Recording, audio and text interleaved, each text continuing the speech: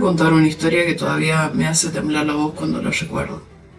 Fue en mis años de secundaria, allá por los 17, cuando aún no tenía miedo de andar preguntando por lo desconocido. Yo soy del sur de San Juan, y si alguna vez fuiste por esos pagos, sabrás que el campo allá no se anda con vueltas. Se respira tierra, silencio y misterio.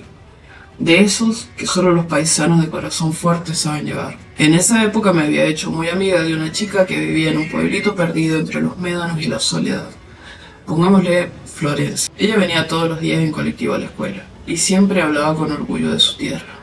Me decía que era tranquila, que la gente era buena y que todos los días pasaban lentos, como si el tiempo no tuviera apuro. Un viernes, con el pretexto de hacer un trabajo práctico, decidimos que yo me iba a quedar en su casa todo el fin de semana. Yo, encantada, me fascinaba la historia, la cultura, y soñaba con conocer cada rincón que tuviera huella de los que estuvieron antes. Lo que no sabía era que ese viaje me iba a mostrar más de lo que jamás hubiese imaginado. El colectivo nos dejó al pie de la calle de tierra. Ahí estaban sus padres esperándonos en una camioneta vieja, de esas que parecen que se van a desarmar, pero siguen rodando con alma y fe. Eran dos personas mayores, calladas, con las manos duras y el rostro curtido por el sol. Me dieron la bienvenida con una sonrisa tímida, de esas que se sienten sinceras. La casa quedaba al fondo del pueblo. Campo abierto por donde mires, pero había algo que me llamó la atención de entrada. Un alambrado con púas que rodeaba toda la parte trasera de su terreno. No entendía, si era un lugar tan tranquilo, ¿por qué ese encierro? Esa noche nos quedamos en casa haciendo el trabajo, conversando con sus padres y más tarde, junto a un par de chicos del pueblo, hicimos un fogón en una canchita abandonada. Entre risas y mates me empezaron a contar la historia del lugar, de luces que caminaban solas en el campo, de gritos que no eran de animales, de niños que jugaban pero ya no vivían. Historias que uno escucha con media sonrisa hasta que las vive. Al otro día, como ya habíamos terminado el trabajo, me llevaron a conocer las tolderías, un asentamiento ancestral de los huarpes. Me mostraron un pequeño museo que tenían en una escuelita vieja, jarrones rotos, puntas de flecha, pedazos de cuero. Me brillaban los ojos de emoción. Salimos caminando como a eso de las 2 de la tarde, cruzando por detrás del alambrado. Ese cerco está por algo, me dijo uno de los chicos mientras pasábamos. Pero si te contamos ahora, capaz no nos crees. Caminamos casi 2 horas por tierra suelta, donde el suelo se abría en grietas como heridas viejas. Llegamos a un claro con palos clavados en la tierra en forma de triángulo. Ahí vivían ellos, dijo Florencia, en esos toldos.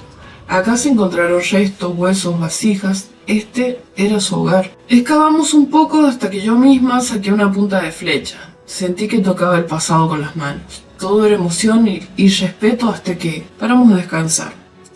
Yo me senté sobre una piedra y tomaba agua cuando de pronto, clara, como si estuviera al lado mío, escuché la voz de mi madre llamándome. ¡Micaela! ¡Micaela! ¡Micaela! Me puse pálida, me levanté de un salto.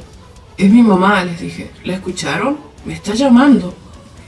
Uno de los chicos me tomó del brazo con fuerza. No vayas.